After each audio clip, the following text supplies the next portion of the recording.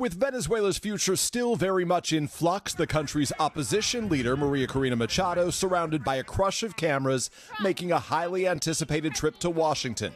The recent Nobel Peace Prize winner meeting with President Trump and revealing a remarkable symbolic gesture. I present the President of the United States, the medal, the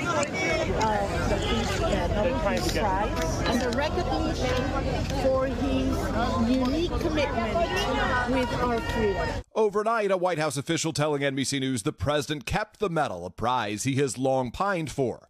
President Trump later posting, "Maria presented me with her Nobel Peace Prize for the work I have done. Such a wonderful gesture of mutual respect." Still, the committee behind the award says once a Nobel Prize is announced, it cannot be revoked, shared, or transferred to others. Overnight, Machado explained why she did it anyway. Because he deserves it. And it was a very emotional moment.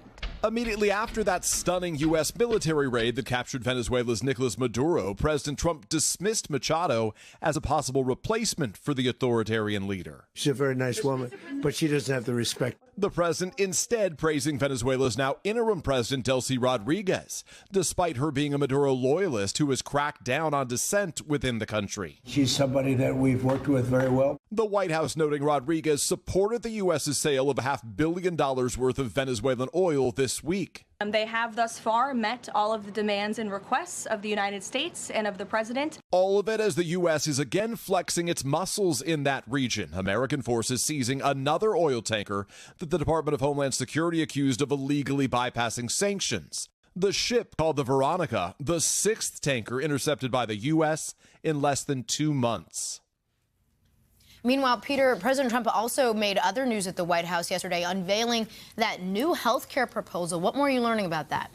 Yeah, that's right, Laura. The president in an Oval Office video announced what he calls his great health care plan. It is short on details, just a single-page document that the White House is touting as a framework for Congress to work from with proposed ways to save money. But it's not a replacement, notably, for the Affordable Care Act that more than 22 million Americans rely on right now.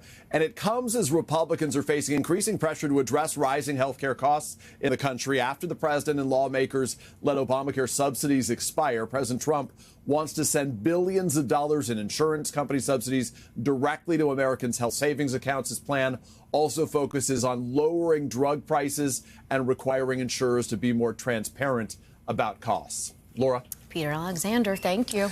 Hey, thanks for watching. And don't forget, you can catch the Today Show every morning on NBC or take Today when you're on the go. Just follow the Today podcast on Apple Podcasts, Spotify, or wherever you listen.